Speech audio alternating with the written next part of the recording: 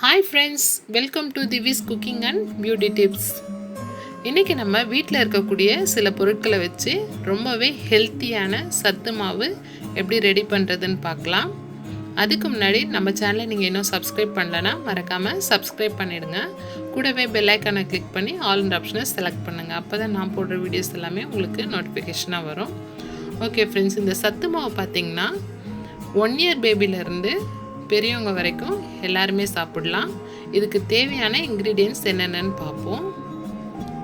கருப்பு உளுந்து, பச்சை பயிறு, சோயாபீன்ஸ், வேர்க்கடலை, பார்லி அரிசி, கொள்ளு, கருப்பு சுண்டல், கேழ்வரகு, பொட்டுக்கடலை, பாதாம் பருப்பு, முந்திரி பருப்பு, பிஸ்தா பருப்பு, சுக்கு, ஏலக்காய்.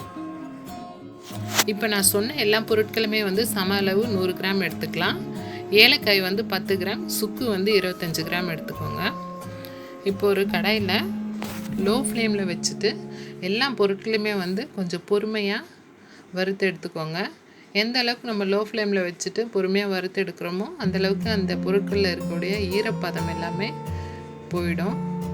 ஈரப்பதம் இல்லாமல் இருந்தால் தான் நம்மளுக்கு மாவு ரொம்ப நாளைக்கு கெடாமல் இருக்கும், நல்லா பவுட்ராக இருக்கும். ஸோ அந்தளவுக்கு பொறுமையாக வறுத்து எடுத்துக்கோங்க. கொஞ்சம் டைம் எடுக்கும், பட் கொஞ்சம் பொறுமையாக வறுத்து எடுத்துக்கோங்க.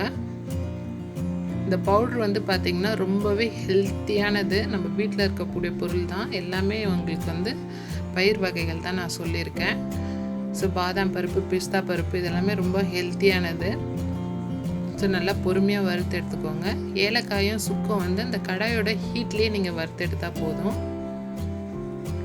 சுக்கு பொடியாக இருந்தாலும் யூஸ் பண்ணிக்கலாம், இல்லை இடிச்சும் நீங்கள் சேர்த்துக்கலாம். இப்போ எல்லாத்தையுமே வறுத்து எடுத்தாச்சு. நான் ஒரு பிளேட்டில் கொட்டி ஆற வச்சுருக்கேன். இதை நீங்கள் அரை மணி நேரம் கொஞ்சம் நேரம் வெயிலில் வச்சாலும் நல்லது தான். ஸோ இப்போ வெயில் அடிக்கல, மழை டைமாக இருக்கிறதுனால நான் வீட்டுக்குள்ளேயே ஆற வச்சுட்டு இதை நான் மிஷினில் கொடுத்து அரைச்சி எடுத்துகிட்டு வந்துடுறேன். இப்போ பாருங்கள், நான் அரைச்சி எடுத்துகிட்டு வந்துட்டேன். எடுத்துகிட்டு வந்ததுக்கப்புறமா நம்ம டம்ப் பண்ணி அப்படியே வைக்காமல் இந்த மாதிரி பேப்பரில் கொட்டி நல்லா ஆற வச்சுக்கணும். அப்போ தான் உங்களுக்கு அந்த ஈரப்பதம் இல்லாமல் நல்லா இருக்கும். இப்போ பார்த்திங்கன்னா நம்ம சத்து மாவு ரெடி ஆகிடுச்சு. இதை நீங்கள் தினமும் 2 டேபிள் ஸ்பூன் அளவுக்கு கஞ்சி காய்ச்சி கொடுத்தா போதும். நிறைய கொடுக்கணுன்னு அவசியம் இல்லை. பாலில் கலந்து கொடுக்குற மாதிரி இருந்தால் 1 டேபிள் ஸ்பூன் அளவுக்கு எடுத்து நீங்கள் பாலில் கலந்து கொடுக்கலாம். ரொம்பவே ஹெல்த்தியான சத்து மாவு உங்கள் குழந்தைங்களுக்கு செஞ்சு கொடுங்க.